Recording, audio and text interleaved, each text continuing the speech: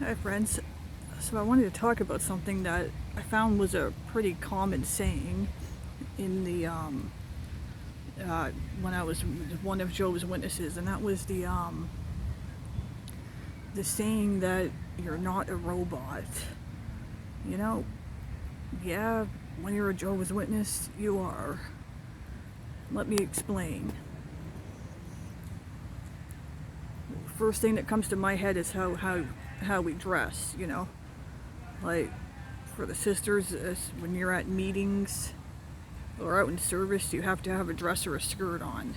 And not only that, it can't be too tight, it can't have a high slit, it can't be a super trendy fashion like mini skirts, or the brothers cannot have facial hair in most countries, at least. No mustache, no beard, none of these bright colored hair, or very, very high control of even what kind of hairstyles you have. And like, wow. I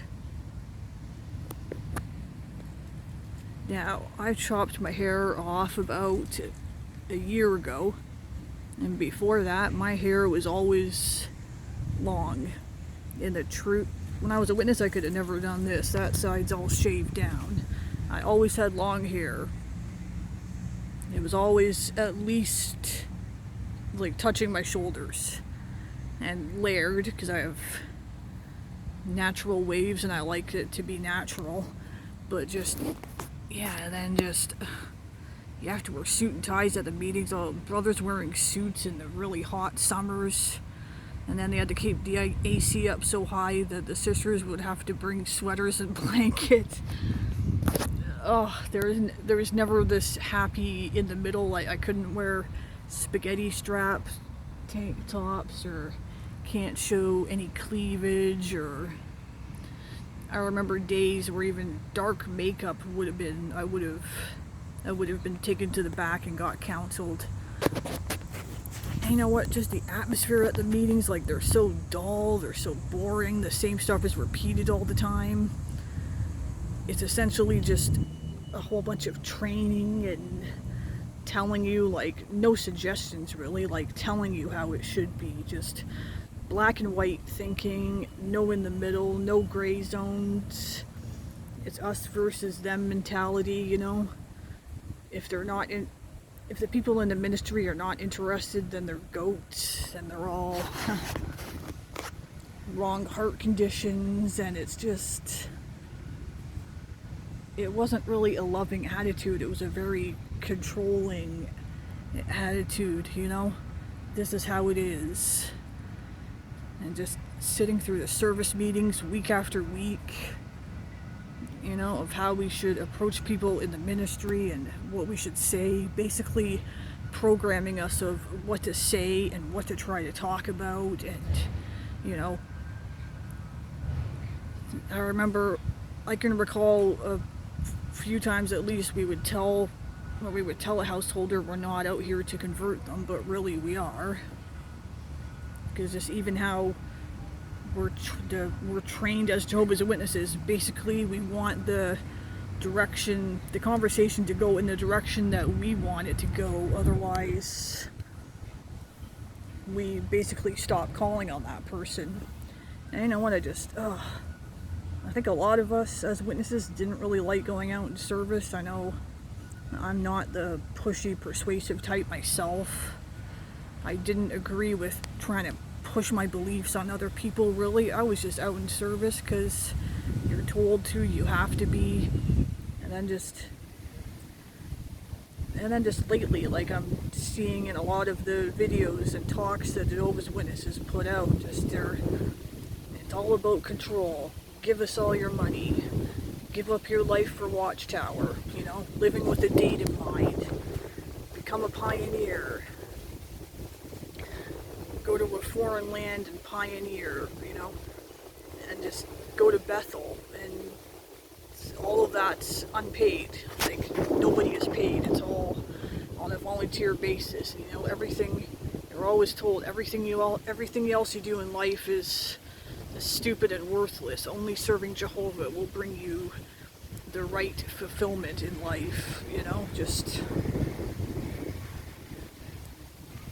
you know, I really look back on it, and it was like, yeah, it was like they were trying to reprogram my brain, by everybody's brain, by, you know, filling with their beliefs, their doctrine, and, you know, you have to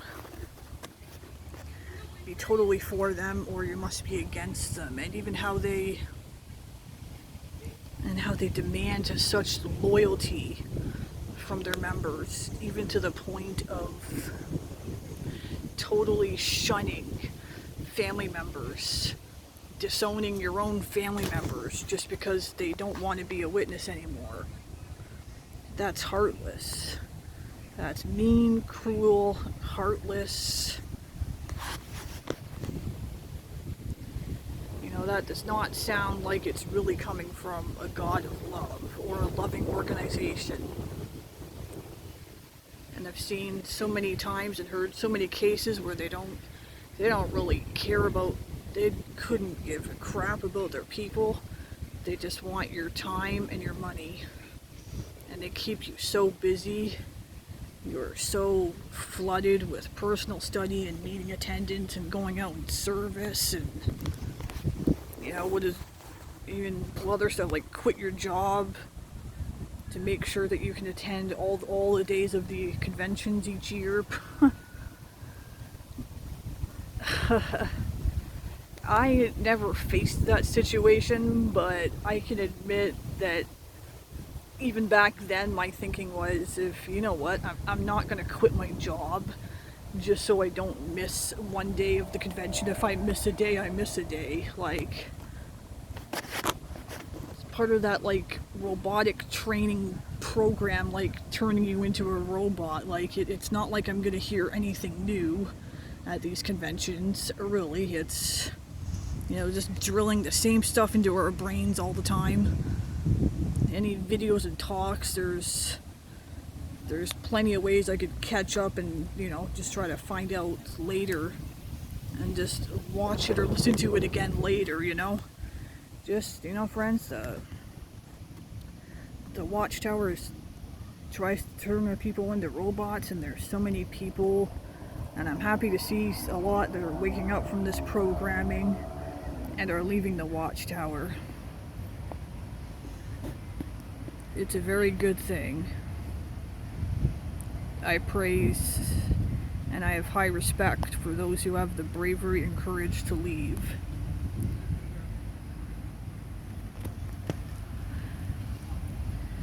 So I want to thank everybody for watching the video. Please like and subscribe if you like. And have a good week, and I'll see you guys in the next one. Thanks. Bye-bye.